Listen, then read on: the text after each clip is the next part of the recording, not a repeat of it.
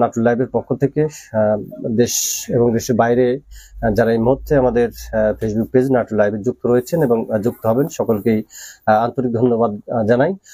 আমরা প্রতিদিনের ন্যায় বাংলাদেশ কোন পথে আজকে আমরা এই বিষয়পুর আলোচনা নিয়ে আসছি এবং বাংলাদেশের যে সার্বিক পরিস্থিতি এবং বাংলাদেশে অন্তর্বর্তীকালীন সরকার আসার পর দেশের যে অবৈধ অস্ত্র উদ্ধার সার্বিক বিষয় নিয়ে আজকে আমাদের আলোচনা। আজকে আমাদের সঙ্গে এই আলোচনায় যুক্ত রয়েছেন জনাব ডক্টর মোহাম্মদ রুকনউদ্দিন, বাংলাদেশ জামাত ইসলামী 1 নং ইউনিট সঙ্গে তিনি থাকবেন। দেশ এবং দেশের বাইরে যারা আমাদের লাইভে থাকবেন, আপনারা আমাদের লাইভটি দেখবেন এবং সবাইকে শেয়ার দিয়ে দেখার সুযোগ করে দিবেন। 5 বছর অন্তর নির্বাচন অনুষ্ঠিত হয় বাংলাদেশে, এটাই নিয়ম। বিভিন্ন সরকারের সময় অবৈধভাবে ক্ষমতা কটূক্তি করে রাখেন এবং সরকার যাওয়ার পরেই একটা অন্তর্বর্তী সরকার বা তত্ত্বাবধায়ক সরকারের অধীনে বাংলাদেশে নির্বাচন অনুষ্ঠিত হয় এবং যেই সরকারি 3 মাসের জন্য আসেন তাদের কিছু গুরুত্বপূর্ণ দায়িত্ব থাকে, যার মধ্যে রয়েছেন অবৈধ অস্ত্র এবং কালো টাকা, অর্থাৎ যারা দুর্নীতিগ্রস্ত এবং দুর্নীতির মাধ্যমে লক্ষ লক্ষ টাকা ইনকাম করেন সেই বিষয়গুলো এবং বিভিন্ন যে অপরাধমূলক কার্যক্রম, অর্থাৎ আপনারা জানেন যে বাংলাদেশে বিভিন্ন সময় কিন্তু বিভিন্ন রাজনৈতিক দলের সশস্ত্র হামলার শিকার বিভিন্ন শ্রেণী পেশার মানুষ এবং পাশাপাশি আমরা দেখেছি যে অবৈধ অস্ত্র বিভিন্ন ইলেকট্রনিক্স এবং প্রিন্ট মিডিয়ায় আমরা সজ্জিত এবং প্রকাশ্যে দেখেছি। তো এই সরকারের বেশ কয়েক মাস নির্ধারণ হয় এবং ছাত্র জনতার দীর্ঘ আন্দোলনের পরেই কিন্তু এই সরকার বিদেশে পালিয়ে যান এবং পরবর্তীতে বাংলাদেশের প্রত্যাশা পূরণে ডক্টর ইউনূসকে প্রধান করে অন্তর্বর্তী সরকার গঠন করা হয়। এই মুহূর্তে এই অন্তর্বর্তী সরকার কিন্তু আমরা এবং বিশ্ববাসী সহ বাংলাদেশের যে মানুষগুলো রয়েছেন তাদের যে ভূমিকা, সেই ভূমিকা কিন্তু এখন প্রশ্নবিদ্ধ দেখা দিয়েছে। আদৌ তারা কি করছে সেই বিষয়গুলো কিন্তু এখনো পরিষ্কার নয়।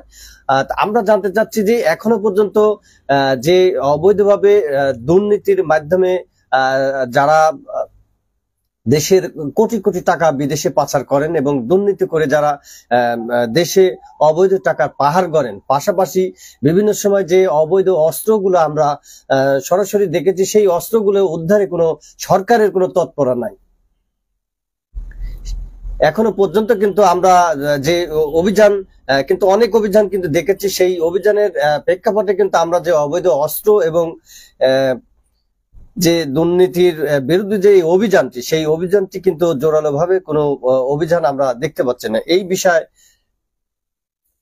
করণীয় কি এবং অবৈধ অস্ত্র উদ্ধার সহ যে অবৈধ যে টাকা, এই বিষয়গুলা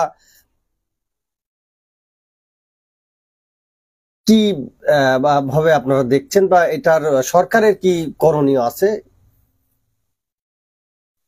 জনাব রুকনউজ্জামান বলেন।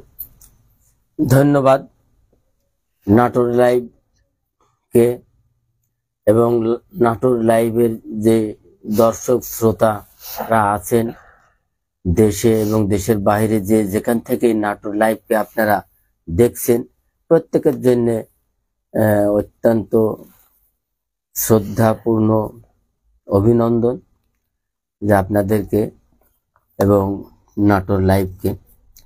তো আপনি যে বিষয়টা জানতে চেয়েছেন সেটা হলো যে অন্তর্বর্তীকালীন যে সরকার গঠন হয়েছে বাংলাদেশে একটি বিপ্লব পরবর্তী, সেই সরকারের কিছু বিশেষ করণীয় কাজ থাকে। তার মধ্যে কিছু কাজ অগ্রগণ্য থাকে, কিছু মধ্যম, কিছু নিম্ন গুরুত্বপূর্ণ, মানে কম গুরুত্বপূর্ণ। সব মিলায় যে অন্তর্বর্তীকালীন সরকার বা তত্ত্বাবধায়ক সরকার, যে সরকারটা স্বল্প সময়ের জন্য আসে, এই সরকারের কিছু গুরু দায়িত্ব থাকে। তার মধ্যে থেকে 1 নম্বরে আসে যে আসলে কিছু কথা আগে বলা দরকার, সেটা হলো যে আমাদের যে উপদেষ্টা পরিষদ, এই উপদেষ্টা পরিষদটা কেমন। আসলে আমরা প্রথমেই এটার কিছু ভূমিকা বলে নিতে চাই। সেটা হলো যে আমাদের যে বিপ্লব পরবর্তী যে অন্তর্বর্তী সরকার গঠিত হয়েছে উপদেষ্টা পরিষদের মাধ্যমে, এই উপদেষ্টা পরিষদে যে সমস্ত ব্যক্তিরা স্থান পেয়েছেন তারা বিভিন্ন ভাবে শিক্ষিত, উচ্চ শিক্ষিত, এটা ঠিক আছে, কিন্তু উচ্চ শিক্ষিত ব্যক্তিরা যে আসলে দেশ পরিচালনার জন্য কতটুকু উপযুক্ত, এই বিষয়ে দেশবাসীর যথেষ্ট সন্দেহ এবং যথেষ্ট অভিযোগ আছে। এটার কারণ হলো যে এই উপদেষ্টারা আমরা যতটুকু জানি যে এনারা অত্যন্ত শিক্ষিত লোক, উপদেষ্টারা অত্যন্ত উচ্চ শিক্ষিত লোক এবং তারা বেশ বিলাসী জীবন যাপনে অভ্যস্ত, এবং তাহারা এই উপদেষ্টা পরিষদের যে লোকজন আছেন ইনারা অত্যন্ত সুখী জীবন যাপনে অভ্যস্ত, এবং তাদের যে জীবন রুটিন এটা বাংলাদেশের সাধারণ মানুষের জীবন মানের সঙ্গে কিন্তু এতটা খাপ খায় না। কারণ হলো যারা উপদেষ্টা পরিষদে আছেন আমরা তাদের যতটুকু ডাটা পেয়েছি, যাদের জীবন বৃত্তান্ত আমরা যতটুকু জেনেছি, ইনারা অত্যন্ত বিলাসবহুল জীবন যাপন করেন, এসিওয়ালা ঘরের মধ্যে থাকেন এবং বিদেশি পানি খান, চিকিৎসার জন্য বিদেশে ভ্রমণ করেন, এবং ঈদ আসলে তারা সিঙ্গাপুর, থাইল্যান্ডে মার্কেটিং করতে যান তাদের পরিবারের লোকজন। এই ধরনের লোকজনদেরকে দিয়ে উপদেষ্টা পরিষদ গঠিত হয়েছে। তো এই উপদেষ্টা পরিষদ দ্বারা আমাদের দেশের সাধারণ জনগণ, সাধারণ প্রান্তিক পর্যায়ের জনগণ এবং সাধারণ মানুষ, খেটে খাওয়া মানুষ, এই বাংলাদেশের অধিকাংশ মানুষ দরিদ্র সীমার নিচে বর্তমানে, এটাই বাস্তবতা। এবং যাদের নুন আনতে পান্তা ফোরা এবং সারাদিন পরিশ্রম করার পর একটা শ্রমিক মাঠে রৌদ্রের মধ্যে পুড়ে এবং বৃষ্টিতে ভিজে তারা দিন শেষে 300-400 টাকা রোজগার করেন। এই রোজগার দিয়ে 150 টাকা কেজি পেঁয়াজ এবং 80 টাকা কেজি আলু এবং অন্যান্য যে নিত্য প্রয়োজনীয় দ্রব্য এগুলা কিনে তাদের সংসার পরিজন কিভাবে জীবন যাপন করে, এই বিষয়টার সঙ্গে এই উপদেষ্টা পরিষদ যথেষ্ট পরিচিত না। কারণ তাদের জীবন যাপন হলো অত্যন্ত বিলাসী, তারা উচ্চ শিক্ষিত, তারা বিদেশি লোকজনদের সঙ্গে উঠা বসা করেন।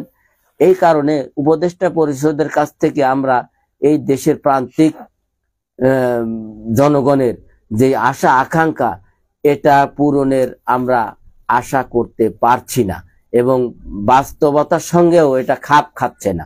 দেখতে পাচ্ছি যে আজকে দ্রব্যমূল্য যেভাবে নিয়ন্ত্রণহীন, লাগামহীন ভাবে বাড়তেই আছে দিনের পর দিন, কোন রকমের তারা নিয়ন্ত্রণ করতে পারছে না, এটার কারণ ও উদ্ঘাটন করতে পারছে না। এবং এই দেশে যারা লুটেরা ধনিক শ্রেণী ছিল, পুঁজিবাদী, পুঁজিপতি, এরা আজও দাপটের সঙ্গে দেশের সমস্ত সিন্ডিকেট গুলাকে নিয়ন্ত্রণ করছে, অথচ উপদেষ্টারা এগুলা মানে আইডেন্টিফাই করতে পারছে না, চিহ্নিত করতে পারতেছে না, এবং এটার কোনো প্রতিকারও তারা করতে পারতেছে না। এটাই হলো বাস্তবতা। আজকে বিশেষ করে যেহেতু সমসাময়িক বিষয় নিয়ে নাটোর লাইভে আমরা কিছু কথা, দেশের জনগণের, প্রান্তিক জনগণের কিছু কথা তুলে ধরার চেষ্টা করি, যদিও আমরা ক্ষুদ্র প্রচেষ্টার অংশ হিসাবে এটা করছি, তো দেশের জনগণই মূল্যায়ন করবে যে আসলে আমাদের কথাগুলো কতটুকু প্রাসঙ্গিক এবং কতটুকু যুক্তিযুক্ত। এটা দেশের এবং নাটোর লাইভে যারা দর্শক শ্রোতা আছে তারা এটার বিচার করবে, এবং আপনারা এটা আমাদেরকে পরামর্শের মাধ্যমে কমেন্টে লিখবেন যে আসলে এই বিষয়গুলো আসলে কতটুকু সঠিক। তো যে বিষয় বলতে চাচ্ছিলাম, আজকে একটি মামলার রায় আপনারা শুনেছেন সমস্ত জাতি এটাকে শুনেছে, সমস্ত বিশ্ব মিডিয়া এটাকে দেখেছে যে 21শে আগস্ট যে একটা গ্রেনেড হামলা হয়েছিল বিগত সরকারের প্রধান আওয়ামী লীগের প্রধান সভানেত্রী শেখ হাসিনার উপরে, সেই 21শে আগস্টের গ্রেনেড হামলার যেই বিষয়টা ছিল এটাকেই পুঁজি করে এই গ্রেনেড হামলা 21শে আগস্টের গ্রেনেড হামলাকে পুঁজি করে বাংলাদেশে যে বিগত 17 বছর যাবৎ যেই রাজনীতি চলেছে এটা অত্যন্ত মারাত্মক।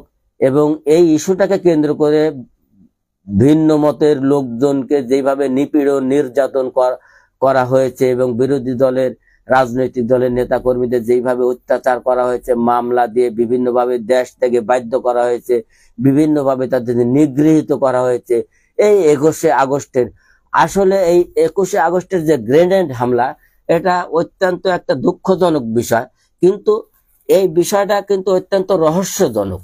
আমাদের সামনে এটা রহস্য আজও উন্মোচিত হয় নাই, জাতির কাছে এটা আজও উন্মোচিত হয় নাই যে 21শে আগস্টের এই ঘটনার আসলে পিছনের কারণটা কি, এটা পর্দার আড়ালে কি করতে চেয়েছিল। আমরা বাংলাদেশের সাধারণ জনগণ এটা মনে করি যে এই 21শে আগস্টের গ্রেনেড হামলা একটি পরিকল্পিত একটি হামলা এবং এটাকে পুঁজি করে যে আগামী দিনের রাজনৈতিক তারা যে একটা শোডাউন করবে এবং রাজনীতির মাঠে ফিরে আসার জন্য তাদের দেশের জনগণের অনুকম্পা মানে কালেকশন করার জন্য, অনুকম্পা পাওয়ার জন্যই এরকম একটা ঘটনা ঘটানো হয়েছে, এটা পরিকল্পিতভাবে। যার কারণে আমরা দেখেছি যে অনেক আওয়ামী লীগের নেতা নেত্রী সেই দিন নিহত হয়েছেন, কিন্তু আওয়ামী লীগের যে সভানেত্রী তিনি কিন্তু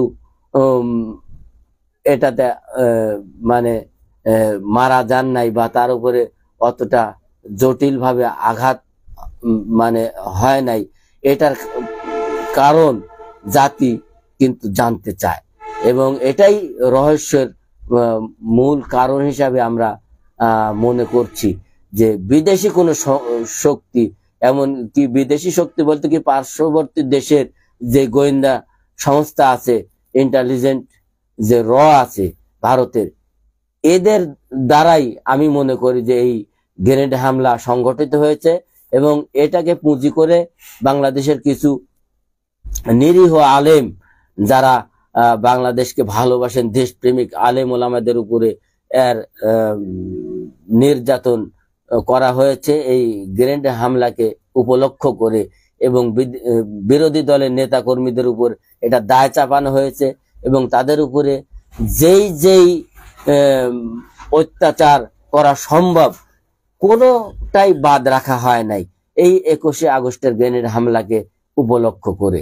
তো এটা আমরা আশা করি যে বাংলাদেশের বর্তমান সরকার এটাকে গুরুত্বের সঙ্গে নিয়ে এই গ্রেনেড হামলার মূল আসামিদের চিহ্নিত করবে, এটার কারণ উদ্ঘাটন করবে এবং এটার অনেক কথা আছে যেগুলো আপনারা বিভিন্নভাবে মিডিয়ার মাধ্যম দিয়ে জানতে পেরেছেন।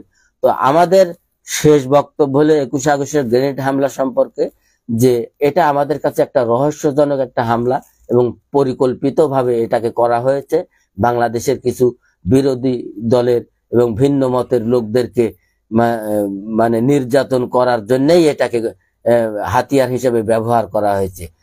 আর দ্বিতীয় আরেকটি বিষয় হলো আজকে আপনারা আরেকটা খবর শুনেছেন যে শ্বেতপত্র প্রকাশ করা হয়েছে। শ্বেতপত্র প্রকাশ করা হয়েছে বাংলাদেশের বিগত সরকারের দুর্নীতির যে একটা চিত্র, এটাকে এই শ্বেতপত্রের মাধ্যমে এটাকে জাতির সামনে তুলে ধরার জন্য যে একটা কমিটি করা হয়েছিল, তারা এই শ্বেতপত্রটা তৈরি করে এটাকে আজকে প্রকাশ করা হয়েছে। তো এটা যে মূল এটার শ্বেতপত্রের প্রকাশের যে মূল প্রতিপাদ্য বিষয় সেটা হলো যে বাংলাদেশের যে বিগত দিনে যে অর্থনৈতিক বাংলাদেশের লুটপাট হয়েছে, এই লুটপাট কারা কারা করেছে, কিভাবে করেছে এবং কত টাকা করেছে, এই জিনিসটাই এই শ্বেতপত্রের মূল প্রতিপাদ্য বিষয়। আমি বর্তমান এই অন্তর্বর্তীকালীন সরকারের কাছে আমাদের বাংলাদেশের 20 কোটি মানুষের পক্ষ থেকে আমরা আবেদন জানাই যে শ্বেতপত্র প্রকাশ করে আপনি এটার প্রতিকার, তো এটা জাতি জানলো, কিন্তু এটার প্রতিকার কি, এটার থেকে উত্তরণের পথ কি? এই টাকাগুলা যে আজও আমরা জানতে পারি, এই যে বিভিন্ন আওয়ামী লীগের নেতা কর্মীদের বাড়িতে হাজার হাজার কোটি টাকা, লক্ষ লক্ষ কোটি টাকা এরকম বের হচ্ছে, বিছানার নিচে, ওই বাথরুমের মধ্যে লুকায় রাখছে, অমুক জায়গায় গাড়ির নিচে, গাড়ির মধ্যে লুকা রাখছে, বিভিন্ন জায়গায় তারা এই সমস্ত টাকা পয়সা গুলো যে কুক্ষিগত করে রাখছে। এটার প্রতিকার আমরা মনে করি যে পার্শ্ববর্তী দেশে অনেক সময় দেখেছি আমরা, মাঝে মাঝেই দেখেছি, কয়েকবার দেখেছি যে 500 টাকার এবং 1000 টাকার যে নোট গুলা আছে, এগুলা মাঝে মধ্যে সরকার কিন্তু বাতিল ঘোষণা করেন। এটার দ্বারা হয় কি, আজকে এই আওয়ামী লীগের যে এমপি মন্ত্রী এবং যারা নেতা এবং যারা ক্যাডার ছিল, এরা যে অবৈধভাবে হাজার হাজার কোটি টাকা যে বাংলাদেশের বিভিন্ন জায়গায় যে লুকায়িত করে রেখেছে, এই টাকাগুলাকে যখন এই সরকার যদি 1000 টাকার, আমি মনে করি যে অনতি বিলম্বে এই অন্তর্বর্তী সরকারের উচিত যে বর্তমান যে 1000 টাকার নোট এবং 500 টাকার নোট আছে, এগুলা খুব তাড়াতাড়ি, এমনকি 24 ঘন্টার মধ্যে এটাকে বাতিল ঘোষণা করুক। এর বিনিময়ে যারা ব্যাংকে এই নোটগুলাকে জমা দিবে তাদেরকে মানে পরবর্তী নতুন টাকা তাদেরকে দেওয়া হোক। তখনই দেখা যাবে যে যেই টাকা তারা যে বিভিন্ন অপকর্মের জন্য প্রস্তুত করে রেখেছে, এই মানে দুর্বৃত্তকারীরা, এই দুর্বৃত্তকারীরা যে টাকাগুলা কুক্ষিগত করে রেখেছে, এই টাকাগুলা যদি বাতিল করা হয়, 1000 টাকার নোট, 500 টাকার নোট, তাহলে তাদের সেই পরিকল্পনাটা ভেস্তে যাবে এবং জাতি বিশাল একটা অকারেন্স থেকে, বিশাল একটা বিপদ থেকে মুক্তি পাবে। নয়তো এই টাকা দিয়ে তারা যে টাকাগুলা ইয়ে করে রাখছে, বিভিন্ন জায়গায় লুকায় রাখছে, এই টাকাগুলো দিয়ে বিভিন্ন অপকর্ম করবে তারা। এই বিভিন্ন সময় যে রাস্তায় যে বিভিন্ন এই সিএনজি চালকের মাধ্যমে, নার্সদের মাধ্যমে, ইসকনের মাধ্যমে বিভিন্ন যে বিদ্রোহী গোষ্ঠীর পিছনে যে টাকা অর্থ ব্যয় করতেছে এবং দেশের মধ্যে বিশৃঙ্খলা করার চেষ্টা করতেছে, এই টাকাগুলো যখন বাজেয়াপ্ত করা হবে, তখন দেখা যাবে বুড়িগঙ্গার মধ্যে টাকার বন্যা বয়ে যাচ্ছে, তাদের সমস্ত পরিকল্পনা ব্যর্থ হতে বাধ্য। তো আমি সরকারের কাছে আবেদন করব, অতি তাড়াতাড়ি এই কালো টাকার যারা কুক্ষিগত করে রেখেছে, এই টাকাগুলা যখন বাতিল করা হবে, নতুন টাকা দেওয়া হবে, তখন এই তাদের এই পরিকল্পনা কিন্তু ভেস্তে যাবে এবং দেশ একটা বিশাল বিপদের থেকে মুক্তি পাবে। আমি সরকারের কাছে অনতি বিলম্বে আবেদন করছি যে 1000 টাকার নোট এবং 500 টাকার নোট বাতিল করা হোক এবং যারা বৈধ, যাদের কাছে টাকা আছে এবং ভালো টাকা আছে, তারা এই টাকাগুলা নিয়ে ব্যাংকের মাধ্যমে তারা পরবর্তী কারেন্সি সংগ্রহ করে তাদের জীবিকা নির্বাহ করবে। সরকারের কাছে এটা একটা দাবি। আরেকটা বিষয় যে বিগত দিনে যেই অস্ত্রগুলা আমরা এই আওয়ামী লীগের ক্যাডারদের কাছে, নেতা কর্মীদের কাছে যে সমস্ত অস্ত্রগুলা দেখেছি আমরা, বা দেশের জনগণ দেখেছে, যে সমস্ত অস্ত্রগুলা দেখিয়ে তারা বিভিন্ন লুটপাট করেছে, মানুষের কাছ থেকে চাঁদা আদায় করেছে এবং মানুষের উপর অত্যাচার করেছে, এবং এগুলার অনেক সময় ভিডিও ফুটেজও পাওয়া গেছে যে গত আগস্ট বিপ্লবে যেই অস্ত্রগুলা ব্যবহার হয়েছে বিভিন্ন পর্যায়ে, ক্যামেরার সামনে তো ধরা পড়ছে মাত্র 0.1%, আর বাকি যে পর্দার আড়ালে যে সমস্ত অস্ত্রগুলা তারা ইতিপূর্বে বিভিন্ন এলাকায়, বিভিন্ন পাড়া মহল্লায় এবং শহর বন্দরে তারা যে এগুলা ভয়ভীতি দেখিয়ে যে অপকর্ম করেছে, এই সমস্ত অস্ত্রগুলার কিন্তু 1%ও এ পর্যন্ত উদ্ধার হয় নাই।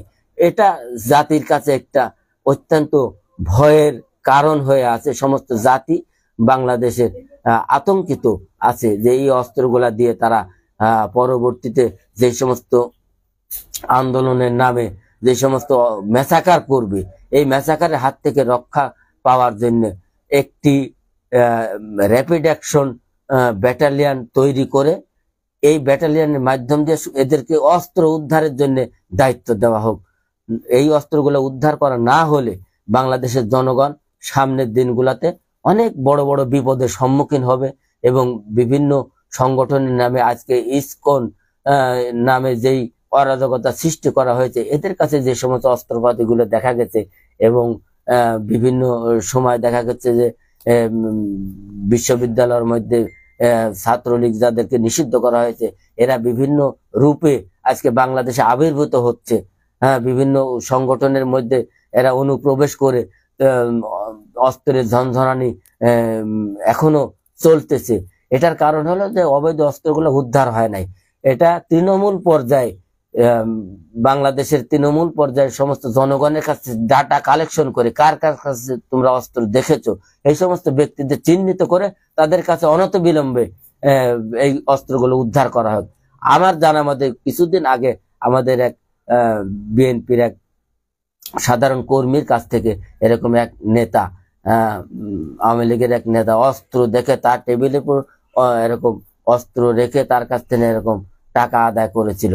সেই টাকাগুলা পরবর্তীতে উদ্ধার করা হয়েছে, কিন্তু সেই অস্ত্র কিন্তু উদ্ধার করা হয় নাই। এই অস্ত্রগুলো উদ্ধারের জন্য আমি অন্তর্বর্তী সরকারের কাছে আবেদন জানাচ্ছি। এবং সবচেয়ে বড় মারাত্মক কথা যে বিগত সরকারের এই যে 15 বছরে যে সমস্ত মিডিয়া ব্যক্তিত্ব যারা ছিলেন, যেমন মুন্নি সাহা এবং আরো এই ধরনের অনেক সাংবাদিক যারা দেশের মধ্যে দেশের বিরুদ্ধে ষড়যন্ত্র করেছে এবং শেখ হাসিনা ফ্যাসিস্ট হওয়ার পিছনে যারা কাজ করেছে, স্বৈরাচারের মদদ জুগিয়েছে, এই সমস্ত মিডিয়া ব্যক্তিত্বদের কেন গ্রেপ্তার করা হচ্ছে না? আজকে মুন্নি সাহাকে জনগণ ধরে কেন পুলিশের কাছে সোপর্দ করছে? পুলিশ তাহলে এদেশের পুলিশ এবং ইন্টেলিজেন্স এজেন্সি আছে, তারা কি করতেছে? তাদের কাজ কি? এদেরকে বেতন দিয়ে পোষার তো কোনো দরকার নাই। যদি এই সমস্ত মানে কুখ্যাত সাংবাদিকদের যদি আইনের আওতায় তারা না আনতে পারে, তাদেরকে জনগণের মাধ্যম দিয়ে কেন ধরতে হচ্ছে? আজ বর্ডার থেকে বিভিন্ন জায়গার থেকে সন্ত্রাসীদের জনগণ ধরে পুলিশের কাছে দিচ্ছে, তাহলে পুলিশ এদেরকে, এরা দেশের মধ্যে এখনো অবস্থান করছে, অথচ পুলিশ কেন এদেরকে ধরছে না? এটা কি কোনো টাকার খেলা হচ্ছে নাকি? এই জায়গায় আমরা এটা জানতে চাই, সমস্ত জাতি এটা জানতে চায় যে টাকার খেলা হচ্ছে কিনা।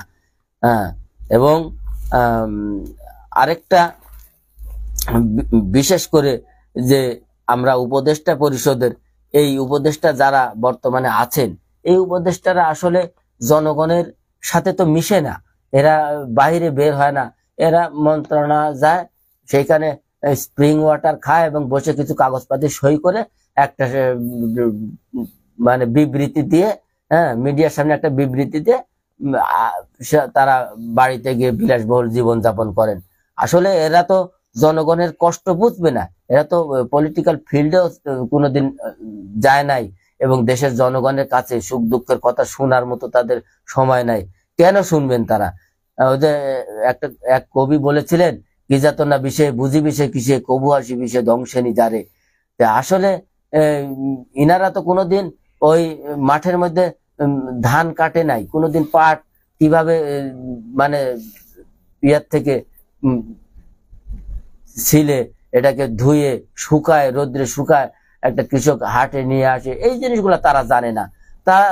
তাদের বক্তব্য হলো আমরা তো ঠিকঠাক মতো চলতেছি, দেশ ঠিকঠাক মতো আগাচ্ছে, উন্নতির দিকে আগাচ্ছে, সবকিছু ঠিকঠাক আছে, এগুলা তারা বলতেছে। আসলে কিছু ঠিক নাই। আজ একজন দরিদ্র কৃষক সারাদিন শেষে সামান্য রোজগার নিয়ে সে কিভাবে 150 টাকা কেজির পেঁয়াজ কিনবে, 200 টাকা কেজির তেল কিনবে, কিভাবে সে এরকম 100 টাকা কেজির সবজি কিনবে, এগুলা তারা কোনোদিন বোঝার চেষ্টা করে না। আর আমাদের রাজনৈতিক নেতাদের মধ্যে আজকে যে বিভেদের সুর শোনা যাচ্ছে, বিভিন্ন জায়গায় আমরা দেখতেছি যে বিগত ফ্যাসিস্ট সরকারের বিরুদ্ধে যারা আন্দোলনরত ছিলেন, যে সমস্ত দলগুলো বিশেষ করে যারা বেশি নির্যাতিত হয়েছেন, আর তাদের মধ্যে বিভেদের সুর শোনা যাচ্ছে। অনেকেই মনে করতেছেন, কিছু কিছু দলের নেতা কর্মীরা মনে করতেছেন আমরা মনে হয় এখন ক্ষমতায় অলরেডি অধিষ্ঠিত হয়ে গেছি, যার কারণে তারা মানে নিশ্চিন্তে আর দেশের মধ্যে যেইভাবে চলাফেরা করতেছেন, যেইভাবে তাদের মানে বক্তব্য শোনা যাচ্ছে, যে সমস্ত কার্যকলাপ দেখা যাচ্ছে, এই উদাসীনতার কারণে আবার যদি ফ্যাসিস্টরা তাদের কাছে যে অস্ত্র আছে, তাদের কাছে যে টাকা আছে, এগুলার বিনিময়ে তারা এমন একটা চক্রান্ত করে আবার যদি ফিরে আসে, এদের এই 13 সালের অবস্থা, যে 13 সালে যে আন্দোলন ব্যর্থ হয়েছিল, কেন হয়েছিল আমরা নিজে এখানে সাক্ষী। যে যখন 13 সালের আন্দোলন অত্যন্ত চাঙ্গা, যখন সমস্ত দেশ অচল, এই সময় কিছু কিছু দলের নেতা কর্মীরা টাকার বিনিময়ে এখানে রাস্তায় গাড়ি পার করে দিয়েছেন। আজ তারাই বিলে বাজারে বিভিন্ন জায়গায় পালিয়ে থাকতে হয়েছে, যারা টাকার বিনিময়ে এই আন্দোলনকে ব্যর্থ করেছিলেন। আজ তারাই আবার সেই পথে যদি হাঁটতে থাকে, তাহলে সেই আবার নির্যাতনের খড়গ তাদের উপরে আবার চলে আসবে। তখন বুঝতে পারবে। এই জন্যই এক ইংরেজ বলেছিলেন যে বাঙালি দাঁত থাকতে দাঁতের মর্ম বুঝে না। আজ আমরা যারা দেশের পরিস্থিতি বুঝতে পারতেছি না, বিপ্লবের পরে কিন্তু একটা প্রতি বিপ্লব হয়, এই জিনিসটা তারা কেন অনুধাবন করার চেষ্টা করে না। আজ অবৈধ সম্পদধারীরা, অবৈধ অস্ত্রধারীরা তারা কিন্তু ঘাপটি মেরে সুযোগের অপেক্ষায় আছে। আজ আমরা একটা সামান্য কমিটি নিয়ে, আজ বিভিন্ন একটা সামান্য ক্ষুদ্র ক্ষুদ্র বিষয় নিয়ে যে সমস্ত নিজেদের মধ্যে অন্তর্দ্বন্দ্ব, অন্তর্কলহ সৃষ্টি করছি, আজ তারা বুঝতে পারতেছে না। মাত্র কিছুদিন আগে 13 সালের যে আন্দোলন ব্যর্থ হয়েছে, এইভাবে যদি এই বিপ্লব ব্যর্থ হয়, এই আন্দোলন ব্যর্থ হয়, তাহলে কারোই কিন্তু রক্ষা হবে না। এই জিনিসটা মাথায় রেখে আমি উদাত্ত আহ্বান জানাচ্ছি সকল ফ্যাসিস্ট বিরোধী সকল শক্তিকে ঐক্যবদ্ধ থাকার জন্য। নিজের ব্যক্তিগত স্বার্থ, নিজের সামান্যতম এই ব্যক্তি স্বার্থ, সামান্যতম কিছু দলীয় স্বার্থকে জলাঞ্জলি দিয়ে ত্যাগ করে আমরা জাতীয় স্বার্থকে, দেশের স্বার্থকে, দেশপ্রেমকে অক্ষুণ্ণ রেখে আমরা সবাই ঐক্যবদ্ধ হওয়ার চেষ্টা করি। এবং সবাই সুখ দুঃখ, যেভাবে অতীতে আমরা যখন ফ্যাসিস্টরা ক্ষমতা থাকাকালীন যেভাবে নির্যাতনের সময় আমরা সুখ দুঃখ ভাগাভাগি করে নিয়েছি, এইভাবেই আবার আমরা এখন ওই মানে টাকা, অর্থ, বিলাসী জীবনের স্বপ্ন না দেখে আমরা ওই দিনকে মনে করে, ওই দিনের স্মৃতিচারণ করে আমরা নিজেদের মধ্যে ঐক্য গড়ে তুলি এবং ফ্যাসিস্টরা যাতে কোনো সময় মাথা চাড়া দিতে না পারে, সেই দিকে আমরা অগ্রসর হই এবং সবাইকে সঙ্গে নিয়ে আমরা একটা সুন্দর সমৃদ্ধ দেশ গড়ার দিকে ধাবিত হই। এটাই জাতির জন্য কল্যাণকর হবে। নয়তো আবার ফ্যাসিস্টরা যদি ফিরে আসে, কারোই রক্ষা হবে না। আর দ্বিতীয়বার এই আন্দোলন করার জন্য কেউ অগ্রসর হবে না। কারণ যেখানে জ্ঞানীর মূল্যায়ন হয় না, যেখানে ত্যাগীর মূল্যায়ন হয় না, সেখানে কিন্তু জ্ঞানী জন্মায় না, সেখানে ত্যাগী কিন্তু আর আবির্ভূত হয় না। এই জন্য আমরা যারা ত্যাগী, যারা নির্যাতিত, যারা জ্ঞানী, এদেরকে মূল্যায়ন করে। আজ কত কত সাংবাদিক তারা শুধু দেশ প্রেমের কারণে, দেশের পক্ষে কথা বলার কারণে আজ যারা রিফিউজি হয়ে জীবন যাপন করছেন বিভিন্ন দেশে, এদেরকে কেন মূল্যায়ন করা হচ্ছে না? এদের মতামতের কেন মূল্যায়ন দেওয়া হচ্ছে না? আজ কোথায় এই কোন শস্যের মধ্যে ভূত, এই শস্যকে চিহ্নিত করে আমরা সেই সরিষাকে পুড়ায় ভূত তাড়াতে চাই। এই জন্য আমরা দেশবাসীর কাছে আবেদন, এবং অন্তর্বর্তী সরকারের মধ্যে হয়তো বা কাউকে তারা হাত করে নিয়েছে, টাকার বিনিময়ে হোক, শক্তির বিনিময়ে হোক, বা কুপরামর্শের বিনিময়ে হোক। যদি অন্তর্বর্তী সরকার উপদেষ্টার মধ্যে এরকম কিছু থেকে থাকে, সেটাকে আইডেন্টিফাই করে এটা সকল ফ্যাসিবাদী শক্তির কাছে আমার আবেদন, তা আপনারা সবাই ঐক্যবদ্ধ হয়ে এই শক্তিকে চিহ্নিত করেন যে কারা এই অন্তর্বর্তী সরকারের উপদেষ্টাদের মধ্যে কে আছে, এই দালালদের মধ্যে কেউ যদি থেকে থাকে তাকে চিহ্নিত করেন, আইডেন্টিফাই করেন, এবং তার বিরুদ্ধে আন্দোলন কিসের এক হুঙ্কারের মাধ্যমে তাকে আউট করে দিয়ে নতুন উপদেষ্টা নিয়োগ দেন। কেন আপনারা উপদেষ্টাদের মধ্যে এরকম মন মানসিকতা কেন থাকবে যে আমি উপদেষ্টা হয়েছে আর যত আমার জীবন থাকবে আমি এই চেয়ার ছাড়বো না, এই পদ ছাড়বো না, এই ধরনের মন মানসিকতা যাদের থাকবে তাদেরকেই আমরা প্রতিহত করার চেষ্টা করব। এই দেশে দেশপ্রিয় দেশপ্রেমিক জনগণ এটাই চায়। আমরা দেখেছি যে গণতন্ত্রের সূতিকাগার, যেটাকে ইংল্যান্ড বলা হয়, আরবরা বলে বুরতানিয়া, এই দেশে আমরা দেখেছি 3 মাসের মধ্যে 3 জন প্রধানমন্ত্রীর পরিবর্তন হয়েছে। তো আমাদের দেশে সামান্য একজন উপদেষ্টার পরিবর্তন এ পর্যন্ত হয় নাই কেন? এতগুলো উপদেষ্টার মধ্যে এদের মধ্যে কি কেউ মানে এরকম অথর্ব নাই? কেউ কি এরকম ব্যর্থ নাই? তাহলে একজন উপদেষ্টার কেন পরিবর্তন হচ্ছে না? আপনাদের এই মনমানসিকতা থাকা উচিত যে আমাকে যে পদ দেওয়া হয়েছে আমি এটাকে সুচারুরূপে সঠিকভাবে আমার দায়িত্ব পালন করতে পারছি না, নিজ ইচ্ছায় স্বেচ্ছায় পদত্যাগ করে ওই জায়গায় একজন ভালো লোককে দেওয়া হোক। এই ধরনের মন মানসিকতা যতক্ষণ পর্যন্ত এই জাতির মধ্যে সৃষ্টি না হবে ততক্ষণ পর্যন্ত এই জাতি মানুষের দ্বারে দ্বারে মানে ঘুরে মানে করুণা ভিক্ষা করে বেড়াতে হবে। এই জন্য আমরা মনে করি যে সমস্ত উপদেষ্টা আপনারা যারা আছেন অথর্ব, অক্ষম, মানে কাজের জন্য উপযোগী না, তাদের নিজ ইচ্ছায় আপনার পদকে ছেড়ে দিয়ে সেই জায়গায় একজন উপযুক্ত উপদেষ্টাকে দেওয়ার জন্য আপনারা নিজেরাই সুপারিশ করেন। এইভাবে জাতির কাছে আপনাদের নিজেদের মূল্যায়ন আপনারা জাতির কাছে তুলে ধরেন, তাহলে এই জাতি সবচাইতে বেশি উপকৃত হবে এবং এই দেশ এগিয়ে যাবে। আমি এক সময় দেখেছি কিছুদিন আগে যখন ভারতে নির্বাচন হলো, তো কংগ্রেস সেই সময় বিজয়ী হয়েছিল, তো মনমোহন সিংকে প্রধানমন্ত্রী বানানো হলো, অথচ সোনিয়া গান্ধীকে দেশের সমস্ত মানুষ চাচ্ছিল যে সোনিয়া গান্ধী সে প্রধানমন্ত্রী হোক, কিন্তু সে নিজে প্রধানমন্ত্রী হন নাই, সে মনমোহন সিংকে বানালেন। তাকে প্রশ্ন করা হচ্ছে এটা কেন করলেন? বলতেছে দেখো আমি একজন বিদেশি নাগরিক, আমি হয়তো রাজীব গান্ধীর সঙ্গে বিয়ে হওয়ার কারণে এই দেশের সবাইকে আমার পারফরমেন্স বা আমার কার্যকলাপে সব দিক দিয়ে দেশপ্রেম সব দিক মিলায় সবাই দেশের জনগণ চাচ্ছে, তবুও সে নিজের ইচ্ছায় সে মনমোহন সিংকে সেই প্রধানমন্ত্রীর পদে বসায় সেই দেশ পরিচালনা করেছে। তো এই ধরনের মন মানসিকতা আমাদের দেশের নেতাদের মধ্যে কেন তৈরি হয় না? এটা অত্যন্ত দুঃখজনক এবং এই কারণেই আজ বাংলাদেশ পিছিয়ে আছে। আর যার কারণে বিদেশিরা দেখেন না কি করে, আমাদের বাংলাদেশের লোকজনে বলে তোমরা আমাদের কাপড় সেলাই করে দাও, হ্যাঁ, জামা কাপড় প্যান্ট জ্যাকেট এগুলো সেলাই করে দাও, আর আমরা অস্ত্র বানাই, এই অস্ত্র দিয়ে আজ ফিলিস্তিনে মুসলমানদের হত্যা করতেছে, আজ কাশ্মীরে মুসলমানদের হত্যা করতেছে।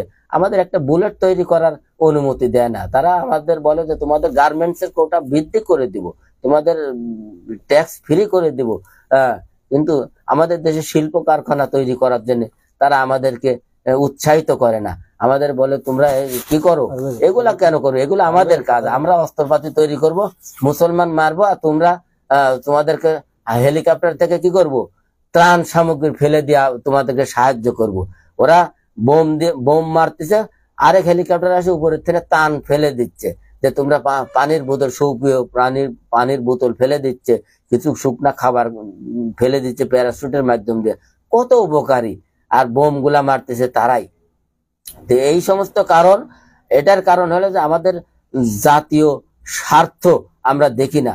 জাতীয় স্বার্থের ক্ষেত্রে সকল দলমত নির্বিশেষে ঐক্য হওয়া দরকার। আজ ফ্যাসিস্টের প্রেসিডেন্ট চুপ্পু মিয়া সে আজ তার স্বপদে বহাল আছেন এবং কোন সময় কোন চক্রান্ত করে এই ভয়ে আজ পুরা জাতি আতঙ্কিত। অথচ আমাদের নেতারা বলে চুপ্পু ভালো, চুপ্পু ভালো, হাসিনা খারাপ। আরে হাসিনার তো গুটি হলো, প্রধান গুটি হলো চুপ্পু, চুপ্পুকে কেন রাখতে হবে? যে সংবিধান বাংলাদেশের ফ্যাসিস্ট তৈরিতে বাধা দিতে অক্ষম, সেই সংবিধান আমাদের কেন দরকার? সেই সংবিধান আমরা কেন রাখবো? আজ ইসকন বাংলাদেশের মধ্যে আদালত চত্বরে আইনজীবীকে হত্যা করতে পারে, তারা তো প্রকাশ্যে জঙ্গি টেরোরিস্ট অ্যাক্টিভেট করেছে, তাদেরকে কেন আমাদের নিষিদ্ধ করতে আমাদের বাধা কোথায়? এইভাবে জাতীয় স্বার্থের ক্ষেত্রে আপনারা রাজনৈতিক নেতারা ঐক্যবদ্ধ হন এবং ফ্যাসিস্ট বিরোধী শক্তি, সকল শক্তি ঐক্যবদ্ধ হন এবং যারা আপনারা এটাকে আইডেন্টিফাই করেন কারা বেশি নির্যাতিত হয়েছে এবং যারা দেশ ছাড়তে বাধ্য হয়েছে, এই সমস্ত লোকদের আপনারা পরামর্শ গ্রহণ করেন এবং দেশের স্বার্থে যে সমস্ত উপদেষ্টারা কার্য নির্বাহ করতে অক্ষম, দুর্বল, যারা উপযুক্ত না, তারা নিজ ইচ্ছায় পদত্যাগ করে সেই জায়গায় ভালো ভালো লোকদের এবং উপযুক্ত লোকদেরকে সেই জায়গায় দিয়ে আপনার দেশের স্বার্থকে, নিজের স্বার্থকে জলাঞ্জলি দিয়ে নিজের লোভ লালসাকে ত্যাগ করে দেশের স্বার্থকে সমুন্নত করেন, তাহলে আপনি বীরের মর্যাদা পাবেন। আমি এটাই মনে করি। তো আজকে আমাদের একটাই শেষ প্রশ্ন হলো, দেশ কি আবারও ভুল পথে যাচ্ছে 13 সালের মতো? তাহলে সামনের পরিণতি কি হবে? এটাই জাতির কাছে প্রশ্ন রেখে আজকের মতো এই নাটোর লাইভকে ধন্যবাদ দিয়ে আমাদের এই সংক্ষিপ্ত লাইভ প্রোগ্রাম সমাপ্তি ঘোষণা করছি। আসসালামু আলাইকুম ওয়া রাহমাতুল্লাহ। আজকে নাটোর লাইভে আলোচক বাংলাদেশের বিভিন্ন বিষয় নিয়ে অত্যন্ত গুরুত্বপূর্ণ মতামত দিয়েছেন এবং বিভিন্ন বিষয়ের উপর কিন্তু গুরুত্বপূর্ণ আলোচনা করেন। দেশের বিভিন্ন সার্বিক পরিস্থিতি, আইন বিষয় এবং বর্তমান সরকার সহ বিভিন্ন বিষয়ের উপর কিন্তু তিনি অনেকটাই গুরুত্বপূর্ণ বক্তব্যের পাশাপাশি কিন্তু তিনি কিন্তু কিছু দিক নির্দেশনামূলক বক্তব্য রাখেন এবং পরামর্শ দেন।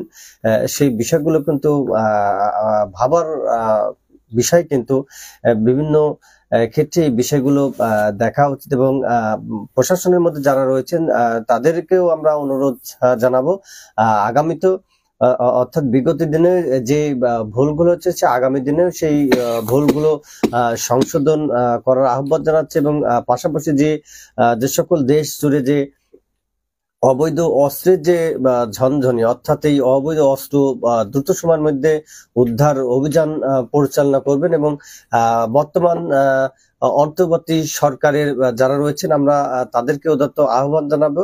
আজকের যে আমাদের ছোট্ট পরিসরে যে সকল বিষয় নিয়ে আলোচনা, সেই বিষয়গুলো যেন তারা দেখেন এবং পরবর্তী যে করণীয় সেই বিষয়গুলো যেন গুরুত্ব দেন এবং এই যে অবৈধ যে টাকার বিষয়গুলো বলা হচ্ছে, দুর্নীতির মাধ্যমে যে টাকাগুলো করা হয়েছে এবং এই টাকা দিয়েই কিন্তু দেশে অস্থিতিশীল পরিবেশ তৈরির যে পায়তারা করাচ্ছে, তার ধারাবাহিকতা কিন্তু আমরা দেখেছি। বিভিন্ন জায়গাতে কিন্তু সশস্ত্র হামলা সহ কিন্তু সরকারকে এবং বাংলাদেশকে বিপথে এবং বিপদগামী করতে কিন্তু এক শ্রেণীর মানুষ কিন্তু তারা উঠে পড়ে লেগেছে এবং পাশাপাশি দেশের ভাবমূর্তি নষ্টে কিন্তু যে সাবেক পলাতক প্রধানমন্ত্রী তিনি কিন্তু ভারত থেকে কিন্তু ভারতে গিয়েও কিন্তু তিনি এই দেশের বিরুদ্ধে ষড়যন্ত্র লিপ্ত রয়েছেন এবং দেশকে ভারতের এক তাবেদার রাষ্ট্রে পরিণত করতে চাচ্ছেন। তারই ধারাবাহিকতায় কিন্তু সংখ্যালঘু সহ বিভিন্ন ইস্যুতে কিন্তু আওয়ামী লীগ সরাসরি জড়িত এবং তারা কিন্তু এই দেশের মধ্যে বিশৃঙ্খলা তৈরি করছে এবং সরজমিনে কিন্তু অনেক জায়গায় কিন্তু তাদেরকে সশস্ত্র অবস্থায় কিন্তু গ্রেপ্তার করা হয়েছে এবং প্রকাশ্যে আদালতে কিন্তু একজন আইনজীবীকে এইভাবে ন্যাক্কারজনক ভাবে হত্যা করা হয়েছে। সার্বিক বিষয় পুরো ভিত্তি করেই কিন্তু আগামী দিনে আসলে দেশটি ভুল পথে যাচ্ছে কিনা সার্বিক বিষয় কিন্তু দেশের মানুষ নজর রাখছে এবং বিশ্ববাসী কিন্তু নজর রাখছে। দর্শক, আজকে আমরা এই পর্যন্তই আমাদের আলোচনা এবং আগামী কালকে আমরা পুনরায় আবার এই লাইভ আসার চেষ্টা করবো। আগামী কালকে যে দেশ জুড়ে বিএনপির যে নিজের যে দলীয় অন্তঃকুন্দল সৃষ্টি হচ্ছে এবং বাংলাদেশ জুড়ে কিন্তু বিভিন্ন জায়গাতে দখলদারিত্বর যে রাজনীতিতে আমরা দেখতে পাচ্ছি, সর্বোপরি কিন্তু তার যে বিষয়গুলো দল থেকে কিন্তু তার যে সঠিক পদক্ষেপ নেওয়ার যে কথা, সেই পদক্ষেপ কিন্তু আমরা দেখতে পাচ্ছি না এবং আমরা বিএনপির ভারপ্রাপ্ত চেয়ারম্যান জনাব তারেক রহমান সাহেবের সুদৃষ্টি কামনা করছি যে দেশব্যাপী যে বিএনপির যে এক শ্রেণীর যে নৈরাজ্য, সেই নৈরাজ্যের বিরুদ্ধে কিন্তু কঠোরভাবে যদি তাদেরকে দমন করা না যায়, আগামী দিনে দেশ এবং বিএনপির পরিস্থিতি কি সেই বিষয় নিয়ে কিন্তু কিছুটা সাধারণ মানুষ কিন্তু শঙ্কিত। আর আদৌ কিন্তু বর্তমান বিএনপির যে রাজনীতি তাদেরকে ভোটের রাজনীতিতে ফিরে আসার কিন্তু আহ্বান জানাচ্ছে। বর্তমান মাঠ পর্যায়ে কিন্তু ভোটের রাজনীতির সাথে কিন্তু বিএনপির নেতাকর্মীরা সম্পৃক্ত না, এবং বিভিন্ন জায়গাতে আমরা দেখেছি যে দলীয় যে কোন্দল, সশস্ত্র হামলা এবং বিএনপির হাতেই কিন্তু অসংখ্য বিএনপির নেতাকর্মীরা কিন্তু হত্যার শিকার হচ্ছে। সেই বিষয়গুলো কিন্তু দলীয়ভাবে যে কঠোর হস্তে দমন করার কথাটা প্রকৃত অর্থে যে মিডিয়ায় বলা হচ্ছে, কিন্তু সেই ক্ষেত্রে কিন্তু প্রকৃত অর্থে মাঠ পর্যায়ে কিন্তু সেই পদক্ষেপ গুলা কিন্তু দেখা যাচ্ছে না। এবং বিএনপির মধ্যে যে বিতর্কিত নেতৃবৃন্দ রয়েছে, বিভিন্ন যে সভা সমাবেশ এবং দলীয় কর্মসূচির মধ্যে কিন্তু আওয়ামী লীগের যে হাইব্রিড রয়েছে, অর্থাৎ সুবিধাবাদী একটি শ্রেণী রয়েছে, তারা এই বিএনপির মধ্যে এবং কিছু নেতা কর্মীদের মধ্যে তারা মিশে গিয়েছে, এবং এই মিশার কারণেই বিএনপির নেতাকর্মীরা হয়তোবা ভুল পথে চলছে। এই বিষয়গুলো তারা আগামীতে কঠোর হস্তে দমন করবে, এবং দেশ এবং দেশের বাইরে যারা রয়েছেন সকলকে আমরা নাটোর লাইভ পরিবারের পক্ষ থেকে ধন্যবাদ জানাচ্ছি। এবং আমাদের যে আলোচনা, সেই আলোচনাগুলো আপনারা দেখবেন, এবং কি ধরনের আলোচনা আপনাদের পছন্দ সেই বিষয়গুলো আমাদের কমেন্ট করে জানিয়ে দেবেন। সকলকে ধন্যবাদ। শুভরাত্রি। আসসালামু আলাইকুম।